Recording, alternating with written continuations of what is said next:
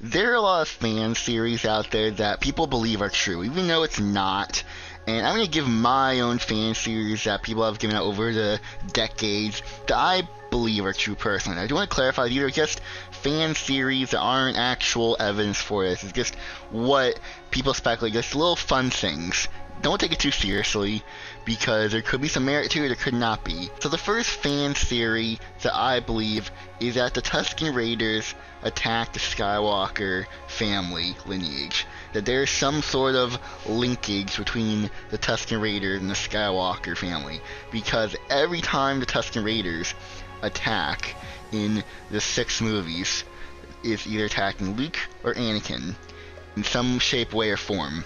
And this, you can argue, is proven more true because of the Mandalorian in the Book of Boba Fett, how they humanize the Tuskens, and how the Tusken Raiders in media now are presented as this peaceful tribe versus the savages that the original trilogy and the prequel trilogy depicted them as. The second fan theory is that the entire Indiana Jones franchise is happening inside of Han's mind while he's frozen in carbonite. This is a really just out there idea that I heard many years ago, and I just love that idea.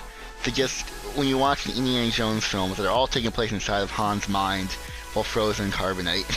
Even though you can argue that this doesn't work, because what about the films where he's, the more recent films where, Indiana Jones is much older, and I say that, from Han's point of view, he doesn't see how old he is. And I don't think Indiana Jones ever looks in a mirror in Kingdom of the Crystal Skull or Dial of Destiny. I'd be wrong in that. I don't know if he ever looks at a mirror in either of those 2 movies where he's much older. I don't know. But from Han's perspective, he doesn't see his old self, but we do, because we're watching the movie, so we see it, but he doesn't. So he just imagines things. Because when you're dreaming, it's in the first person most of the time, or that's how I dream. It's in the first person. So that's how Han would see his dreams, in the first person, so he wouldn't see how old he is. The third fan theory is that Coruscant is Earth. This is not true at all in the universe, but to me personally, I like to believe that it is. That, millions of years ago, or however long ago, that Coruscant was like Earth, where it had, 7 continents, and, they were just regular cities and suburban, like basically what Earth is now. I know Star Wars takes place a long time ago in a galaxy far away, but, out of all the planets in Star Wars, you have to have one that's very similar to Earth. And why just call it Earth? Well, all the people in Star Wars just call Coruscant Earth, and maybe millions of years later, they just call it something else when the galaxy formed. I like to believe that the people who were on Coruscant before space travel called it Earth. And then when space travel was around, more aliens started to colonize the planet, they decided to rename it Coruscant. That's what I believe. And finally, the final fan theory is that all of Star Wars is being told through R2-D2.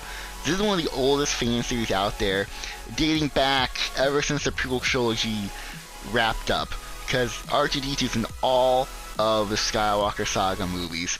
And yes, he's not in everything, because I'm including all the comic books, video games, everything is part of the canon timeline. R2-D2 is keeping in his memory banks. That someone down the line, whether it be centuries in the future, decades in the future from when that story took place, someone is telling that story, or their version of the story, to him, and that's what we are seeing. We are not seeing, unless, whenever R2-D2 is not on in any show or video game or whatever, R2-D2 is just getting information from someone else.